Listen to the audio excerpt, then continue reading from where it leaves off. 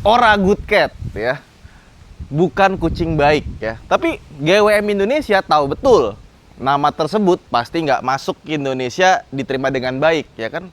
Good Cat, kucing baik. Kalau depannya ada oranya, jadi enggak dong ya kan bahasa Jawa. Makanya masuk ke Indonesia namanya berubah jadi Ora Otri ya, bukan Ora Good Cat. Padahal Ora itu namanya lucu-lucu loh.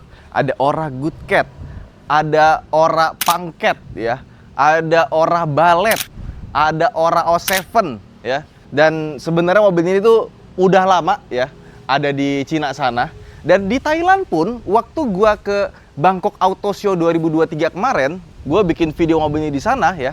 Itu nonton kalau nggak salah sekitar 150 ribuan ya. Padahal di Bangkok itu belum keluar di Indonesia. Tapi masuk ke Indonesia baru tahun 2025 ya. Dimana di 2025 ini udah banyak banget mobil yang semacam ini yang bentuknya lucu, kayak misalkan Wuling dengan Bingonya ya, itu malah lebih dulu. Terus ada Geely EX2 ya, ada Ion UT yang kelihatannya sekelas, tapi sebenarnya GWM masukin ini sebagai varian elektrik premium ya. Kalau misalkan lihat nih, premium dari mana? Pertama, desainnya ini sama kayak yang desain Porsche. Jadi desainer Porsche disuruh ngedesain mobil ini ya, meskipun udah jadi mantan di Porsche. Makanya kalau kita lihat garis-garis desainnya itu Porsche banget, dan banyak yang dimodifikasi mirip kayak Porsche, kayak gini bentuknya. Dan juga ada varian GT yang lebih kenceng, desainnya cakep banget. Tapi masuk ke Indonesia, ya itu masih sama dengan varian yang di tahun 2023.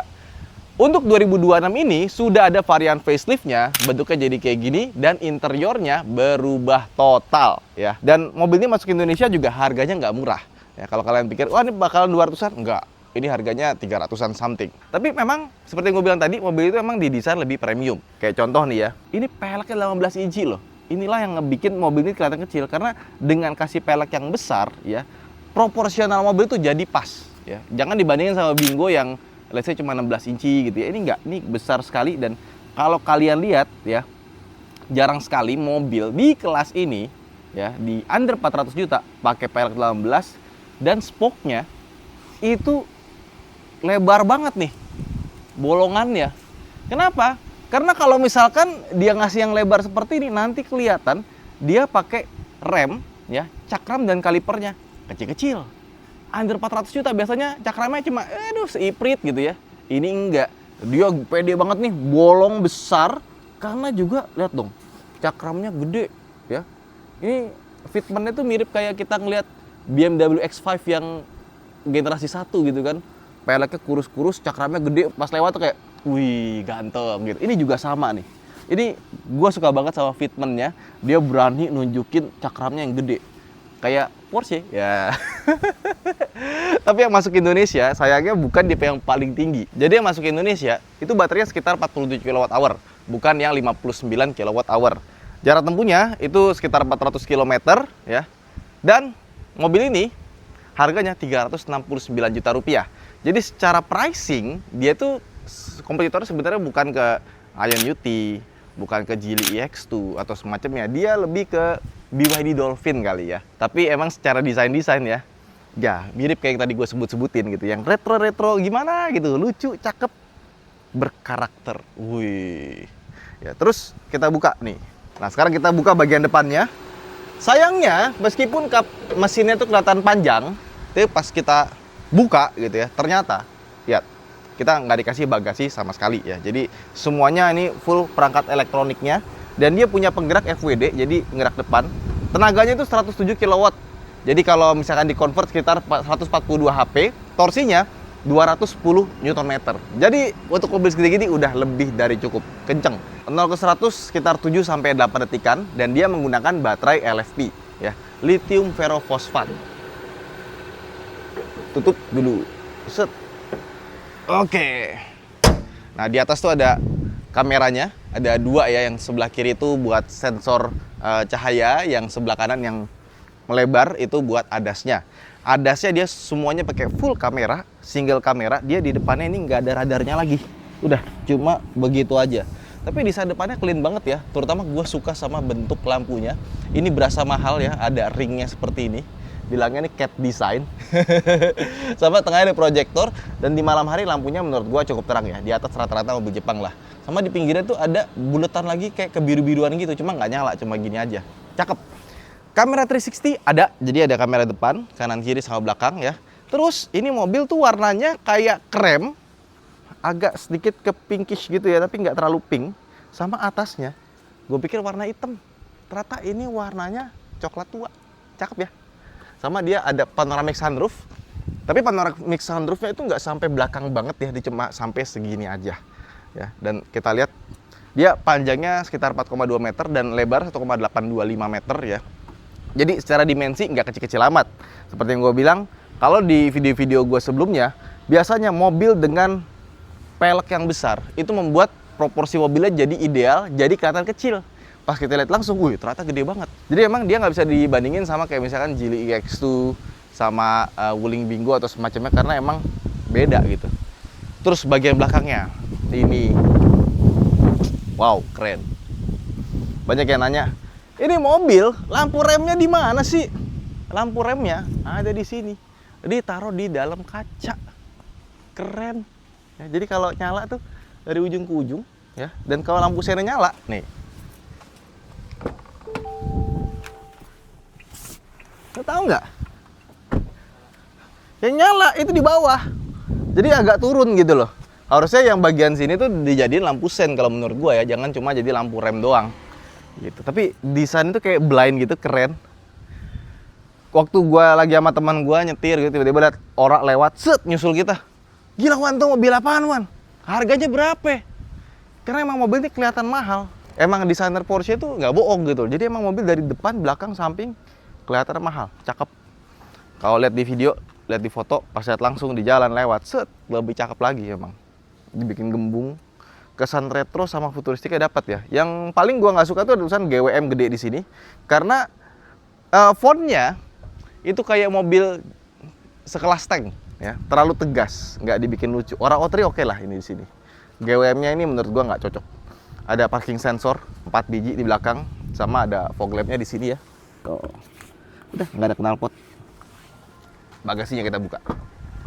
Tapi sayangnya mobil ini meskipun dimensinya nggak kecil-kecil amat, bagasinya kecil untuk ukuran mobil seperti ini ya. Karena desainnya landai belakang, makanya separasinya ini juga cuma segini aja. Ya, jadi buat kalian yang butuh mobil dengan bagasi besar, sayangnya di sini kecil. Terus kalau kita buka bagian bawahnya, ya kita nggak dapat ban serep, tapi kita dapat ada storage banyak sekali ya. Apa ini? Ini apa sih? Oh, wire extinguisher ya. Aparnya, ini ada portable charger, terus ada tire repairment kit ya, sama ada, oh itu di sini nih untuk cairannya. Oke, rapi. Cuma emang nggak gede. Kalau misalkan bisa dibikin lebih besar lagi gitu, pasti lebih menarik. Ya, ada lampu LED juga. Ya, kita tutup, dia juga belum power back door. Nah, sekarang kita masuk ke dalam interiornya dan, wih, interiornya cakep, ya, cakep banget ya. Ntar, ada topi gua nih, pakai deh. Jadi emang pas masuk ke dalam interiornya terasa mewah, ya. Bayangin nih, atasnya tuh dia bukan Alcantara, tapi kalau secara mata mirip kayak Alcantara, pasti pegang tuh kayak apa ya, kayak kulit yang dipakai sama Wuling Alves gitu ya. Dan warnanya juga cakep, dia coklatnya tuh coklat kemerahan gitu ya. Dan untuk door trimnya dikasih ini wajik nih, jahitannya kayak model tas, cakep. Yang atasnya sini dia soft touch ya, bagian sininya plastik, sininya sama nih kayak ala Alcantara.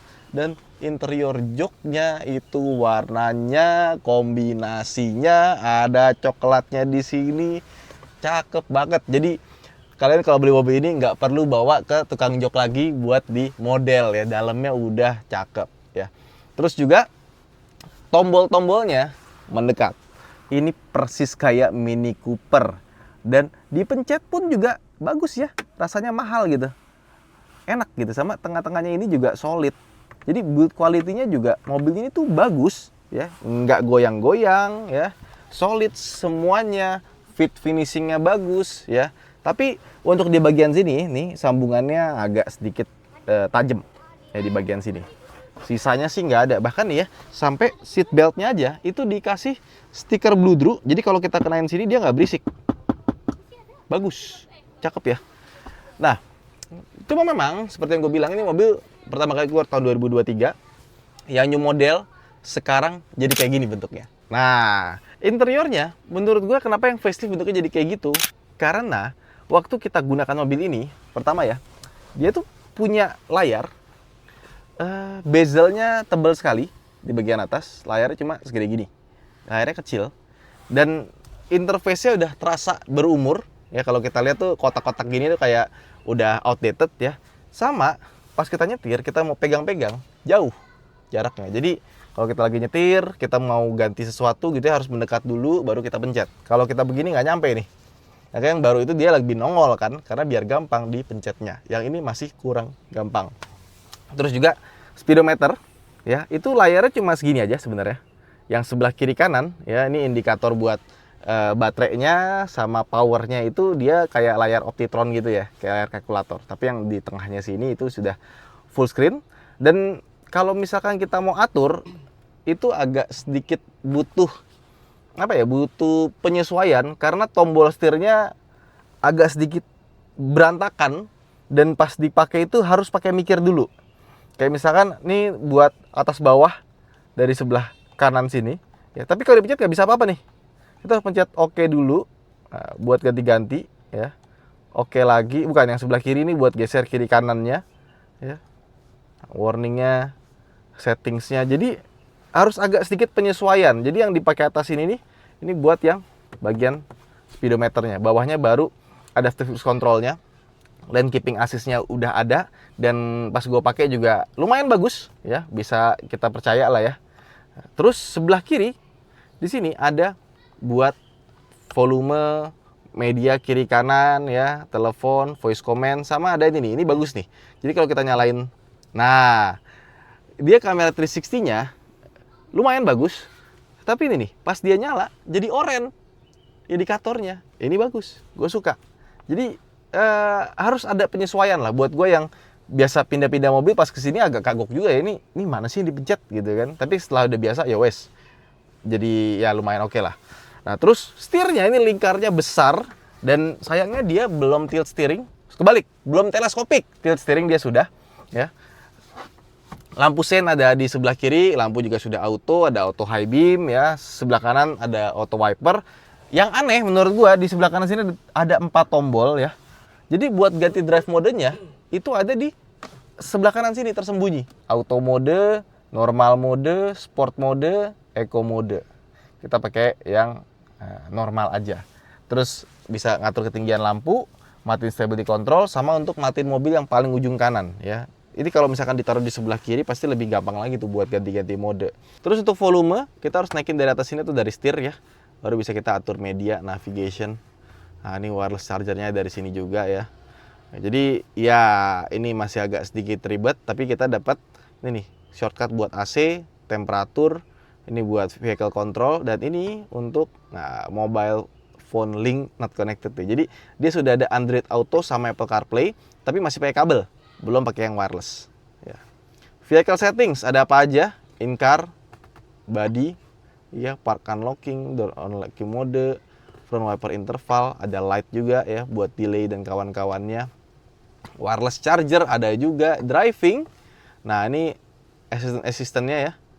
Kita pakai no brake aja. Dan kalau misalkan kita matiin mobil, kita nyalain lagi, nanti dia akan otomatis nyala lagi semuanya. Ya, lane assist kita matiin dulu. Ya, traffic sign juga ada di sini, ada recognition-nya juga. Jadi kalau di jalan ada tulisan berapa kilometer maksimal, nanti dia akan muncul di speedometer.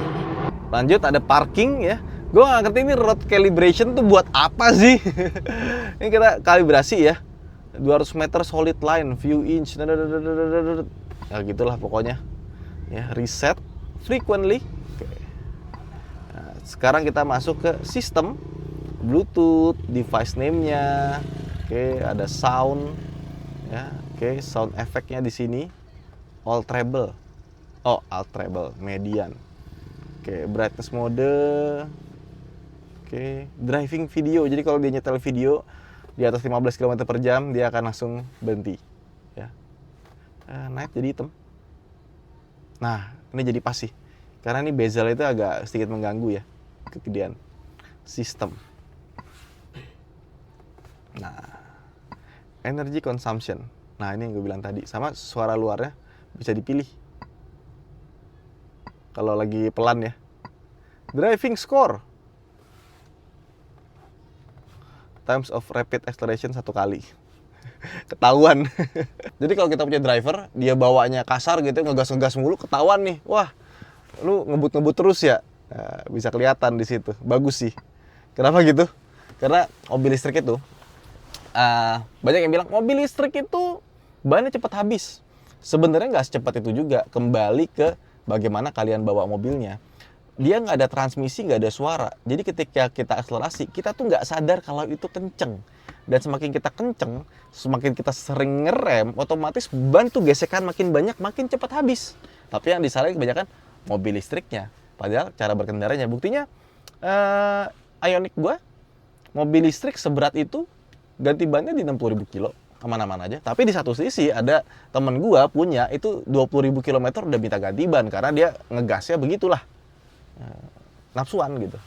Terus kursi sudah elektrik ya, tapi yang sebelah kiri belum. Sama di sini ada tempat buat naruh kacamata dan ada ininya ya, ada bludrunya jadi nggak berisik. Lampunya dari sini LED, ini buat atur sunroofnya. Ini sunroofnya yang gue bilang ya, passenger airbagnya. Sama ini apa nih? Oh, ini door lamp ya. Di sini ada kah? Oh, tidak ada lampu juga ya. Storage oke. Nggak terlalu besar tapi oke. Di sini ada USB-nya, masih USB yang lama, belum USB-C ya. Ada colokan 12 volt juga. Nah, ini tempat buat naruh HP, cup holder, ya. Dan untuk wire chargingnya ada di sini, ya, dikasih karet yang di sini. Sama di sini juga dikasih karet buat naruh barang, electronic parking brake, sama auto hold. Dan kita juga dapat tempat penyimpanan yang nggak terlalu besar di bagian sini. Power window sudah all auto, ya. Ada buat ngatur spionnya juga ya. Sederhana tapi gue suka karena beberapa mobil sekarang pengaturan power window udah mulai dihilangin ya. Sama untuk buka kunci itu dari bagian sini ya. Seat belt itu nggak dikasih pengatur ketinggian. Jadi kurang lebih seperti itu ya interior depannya ya. Sekarang kita ke belakang yuk. Sama informasi tambahan, dia tersedia dalam 3 buah warna ya. Kalau kalian nggak suka warna coklat beige kayak gini, ada yang versi warna biru kehijauan. Biru apa nih? Warnanya kayak gini. Cakep banget ya. Sama ada yang versi warna hitam. Cuma gue suka yang warna biru sih. Kayaknya cakep aja gitu. Belakangnya surprisingly lega sekali. Kita dapat legroom gede ya. Headroom gede juga ya. Kita naikin ke atas baru enak. Kursinya lumayan tegak tapi masih bisa dinikmati ya. Entah kenapa belakang sini lebih terasa empuk dibandingkan yang depan ya. Door trim masih sama, cuma bagian atas ini dia nggak soft touch. Ya, sama kita dapat ini nih. Nah, armrest kiri kanan. Nah, terus ke bawah yuk. Nah, kita dapat USB-A di bagian belakang sini. Ya, tapi sayangnya dia nggak ada ventilasi AC buat di belakang. Walaupun dia secara airbag sampai airbagnya ke belakang. Jadi lumayan panjang dia. Oke, ini nggak terasa claustrophobic sih. Menurut gue pas belakangnya ya. Tapi yang paling gue suka dari mobil ini pas duduk di belakang, itu pas kita pakai belakang nggak ajut-ajutan. Dia lumayan nyaman dan nggak terlalu tegak juga gitu. Kalau IONIQ kan tegak banget gitu ya, ini masih lumayan loh. Yuk sekarang kita jalan-jalan. Jadi biasanya stereotype ya, mobil Cina kecil gitu ya, 5 pintu, itu biasanya punya satu kesamaan hampir di semua model ya. Yaitu bagian belakangnya itu mental-mentul. Terutama pas kita lagi bawa kenceng gitu ya. Itu mental-mentul kayak twing twing twing twing twing. Akhirnya kalau kita bawa jarak jauh gitu ya, kalau misalkan kita masuk tol itu kurang nyaman dan bikin capek ya. Jadi suspensi yang mental-mentul itu kalau kita pakai buat jarak jauh di tol, apalagi MBZ gitu ya, karena banyak goyang badan kita, otomatis jadi gampang capek. Tapi di mobil ini enggak. Stereotipnya hilang gitu, yang biasanya belakangnya tuh mental-mentul gitu kan. Iya loh. Ini mobil suspensinya menurut gue pas. Bukan yang empuk sekali, bukan. Dia masih ada rasa firmnya. Rasanya kayak bawa Mini Cooper, tapi suspensinya lebih nyaman. Ya, nggak sekeras itu. Jadi pas dipakai kenceng lumayan stabil. Tetap masih ada rasa empuknya, masih ada yang agak lompat gitu ya. Tapi ini way much better dibandingkan dengan mobil-mobil Cina di kelasnya. Makanya pas gue bawa tuh, karena gue belum pernah bawa kan mobil ini kan. baru pertama kali.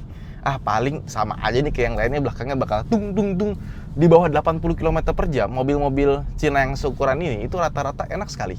Ya, gue juga pakai Wuling Bingo gitu ya. Tapi waktu udah bawa jalan kenceng 100, 120, belakangnya twing twing twing. Capek gitu habis udah pakai jalan jauh gitu. Kalau ini enggak. Ini rasanya suspensinya tuh nggak kayak mobil Cina ya. Jadi pas kita bawa suspensinya lebih ke Eropa, tapi firmnya tuh firm yang nyaman gitu. Kakunya kaku yang nyaman. Dan surprisingly, waktu kita lihat polisi biru gitu ya, dia main itu, travelnya lumayan panjang loh. Biasanya agak pendek ya, untuk mobil yang fitmentnya cocok gitu ya. Kan kadang-kadang mobil fitmentnya suka nggak enak gitu kita lihat ya. Dibikin lebar tuh antara fender sama sama bannya. Biar dia tuh punya travel yang panjang. Tapi di mobil ini enggak, travelnya lumayan panjang pas gue ngerasain gitu. Agak kenceng lah posisi itu, mainnya turunnya agak banyak. Kok cakep ya. Jadi menurut gue mobil ini yang paling spesial itu suspensinya ya. Pedal feel-nya juga enak, remnya enak, gasnya enak. Tapi kalau kalian pakai mobil ini sebaiknya ya, ini kita ubah dulu ya, energy consumption dipencet. Gue agak sebel, kenapa? Karena kalau strong kita lepas itu, dia tuh ada delaynya gitu. Jadi ketika kita lepas pedal gas, berapa detik kemudian baru dia ngerem gitu. Jadi nggak bisa ditaker.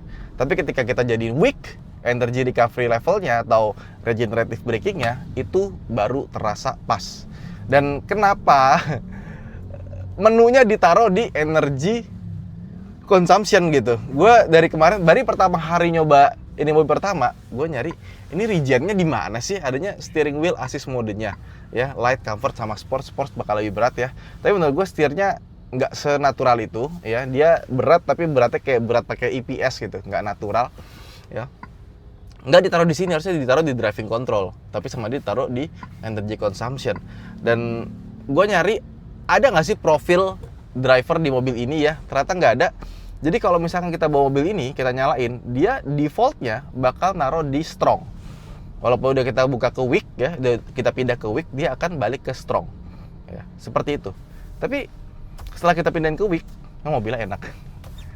Gak ada komplain. Pas kita bawa jalan, ngegas itu rasanya mobil ini mateng, natural, dan seperti mobil-mobil GWM lainnya yang udah gue coba.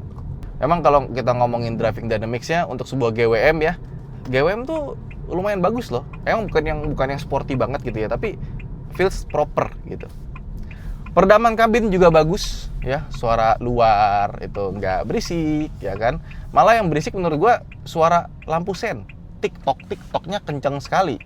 Suara audionya juga lucu. Biasanya mobil di kelas ini suara audionya itu jelek sekali ya. Tapi mobil ini audionya lumayan ya. Tapi ini tweeter, mungkin kalian mesti coba bongkar ya. Kayaknya nggak bunyi deh. Apa cuma pajangan doang? Soalnya pas nyala gitu ya, kayak dari bawah doang gitu suaranya. Udah sih, itu aja. So far so good ya. Gue pakai mobil ini beberapa hari di Jakarta, happy pakainya. Dia nyaman, di setirnya juga enak. Terus posisi duduknya juga pas, meskipun menurut gue kursinya agak sedikit kaku dan keras bagian belakangnya sini ya. Tapi setelah kita pakai lama, enak-enak aja. Dan visibilitasnya lumayan bagus ya. Pilarnya ditarik ke belakang walaupun dia tebel ya. Sama di spionnya, sama dia dimundurin, kita ada jarak buat besar banget ya, buat ngintip di balik spion sini ya. Jadi spionnya nggak nutupin pilar A di bagian sininya. Visibilitasnya lumayan bagus ya. Kita juga duduk meskipun udah paling bawah, rasanya masih rendah, cuma commanding karena dia atapnya lumayan tinggi dari bodinya nih. Paling yang butuh pembiasaan itu setirnya aja sih, karena setirnya besar. Biasanya mobil-mobil segede gini setirnya nggak sebesar ini. Sama radius putarnya nggak jelek, cuma untuk mobil yang kesannya mini-mini kecil, walaupun secara dimensi nggak kecil juga, radius putarnya harusnya bisa lebih bagus lagi.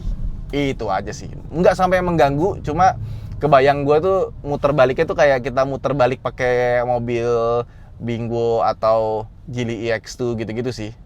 Ya, cuma itu aja. Ini kayak mobil biasa aja lah muter baliknya. Terakhir nih, dia pakai charger CCS2 lah. Sekarang kayaknya udah jarang mobil yang pakai charger selain CCS2. Combo, udah fast charging, Dan dari 30 ke 80%, nambah 50% itu hanya dalam waktu 32 menit saja. Gua cek spesifikasinya, dia nggak nyebutin di Indonesia itu masuk yang berapa kilowatt ya fast chargingnya, tapi sekitar 32 menit untuk 30 ke 80%. Tapi mobil ini setelah kita coba, ya, ternyata yang paling gue suka adalah suspensinya, kedua bentuk interiornya, dan waktu kita parkir mobil ini di jalan gitu ya, sebelah ada Mini Cooper, nggak minder loh, terasa masih hampir sekelas gitu loh. Jadi emang desainer Porsche itu nggak bohong ya, ganteng, unik, dan meskipun ini mobil tahun 2023 sebenarnya udah sekitar 3 tahun, tetap masih kelihatan wah gitu. Itu aja mungkin vlog kita kali ini. Buat teman-teman yang sudah beli Ora O3, bisa komen di bawah aja langsung ya. Saya Danif, sampai jumpa di video berikutnya. Bye-bye.